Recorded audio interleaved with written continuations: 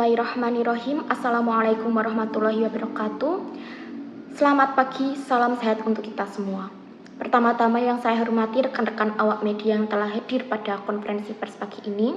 Perkenalkan saya Aurelika Karenina sebagai moderator yang akan memandu konferensi pers pagi ini mengenai hepatitis misterius di Indonesia.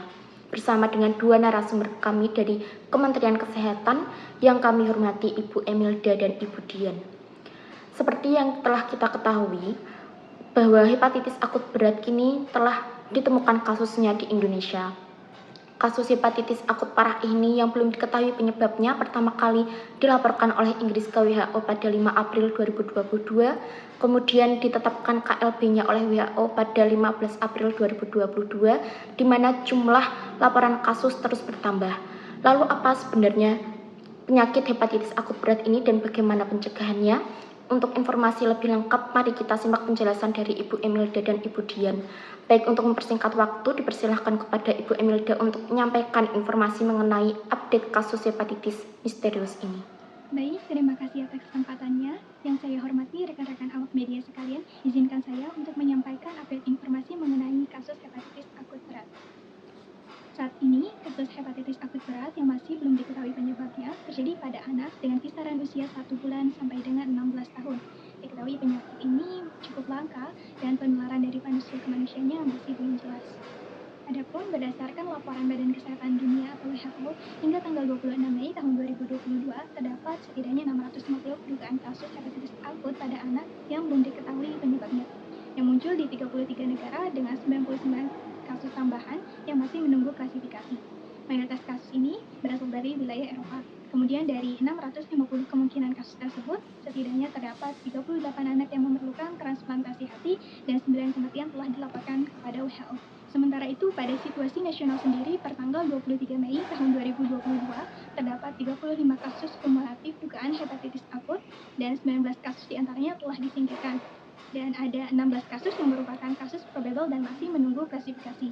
16 kasus ini tersebar di 10 provinsi, yaitu Jakarta, Jawa Timur, Bali, NTB, Bangka Belitung, Jambi, Sumatera Barat, Banten, Yogyakarta, dan Sulawesi Selatan. Adapun gejala awal hepatitis akut ini adalah gangguan gastrointestinal atau gangguan pada saluran pencernaan seperti sakit perut, mual, muntah, dan diare. Kemudian gejala akan menjadi semakin berat seperti air kencing yang berwarna pekat seperti P dan buang air besar berwarna putih pucat. Dan walaupun penyebabnya belum jelas, WHO menyatakan bahwa kasusnya menjadi lebih parah secara klinis dan memiliki proporsi yang lebih tinggi untuk mengalami gagal hati akut dibandingkan dengan laporan sebelumnya. Baik, saya kira sekian yang dapat saya sampaikan. Saya kembalikan kepada Ibu Aurel. Terima kasih. Baik, terima kasih Ibu Emilda atas penjelasannya. Selanjutnya mari kita simak informasi penting lainnya dari Ibu Dian. Kepada Ibu Dian dipersilakan untuk menyampaikan informasi terkait penyebab maupun cara pencegahannya. Baik, terima kasih Ibu Aurel atas kesempatannya. Jadi seperti yang tadi sudah disampaikan oleh Ibu Emilda bahwa kasus hepatitis akut misterius ini memang masih mengalami tren peningkatan. Namun penyebabnya sendiri masih belum diketahui dan masih dalam tahap penyelidikan.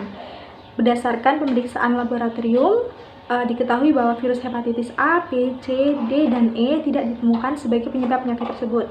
Dan infeksi adenovirus terdeteksi di banyak anak-anak yang terinfeksi, namun hubungan antara keduanya masih juga diteliti.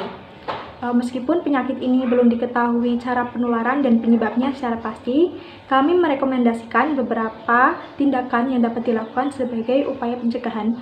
Yang pertama yaitu pencegahan penularan melalui saluran pencernaan dapat dilakukan dengan rutin mencuci tangan, kemudian memastikan makanan dalam keadaan matang dan bersih, kemudian tidak bergantian alat makan dengan orang lain, menghindari kontak dengan orang sakit, serta menjaga kebersihan rumah dan lingkungan.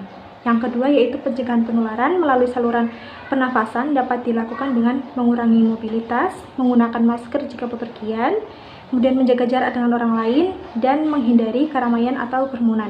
Selain itu, kami juga mengimbau kepada para orang tua untuk segera pergi ke layanan kesehatan terdekat jika menemui gejala hepatitis akut misterius ini pada anaknya, sehingga sang anak bisa mendapatkan pertolongan secepatnya dan semaksimal mungkin.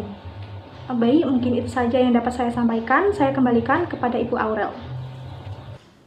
Baik, terima kasih kepada Ibu Emilda dan Ibu Dian sebagai narasumber dalam konferensi pers kali ini. Dan terima kasih juga kepada rekan-rekan awak media yang telah mengikuti konferensi pers sampai akhir. Informasi lebih lengkap mengenai hasil konferensi pers ini akan kami rilis melalui media resmi Kementerian Kesehatan. Semoga informasi yang disampaikan dapat bermanfaat untuk kita semua dan dapat kembali disebarluaskan. Saya Aurelikan sebagai moderator undur diri. Mohon maaf atas segala kekurangannya. Wassalamualaikum warahmatullahi wabarakatuh.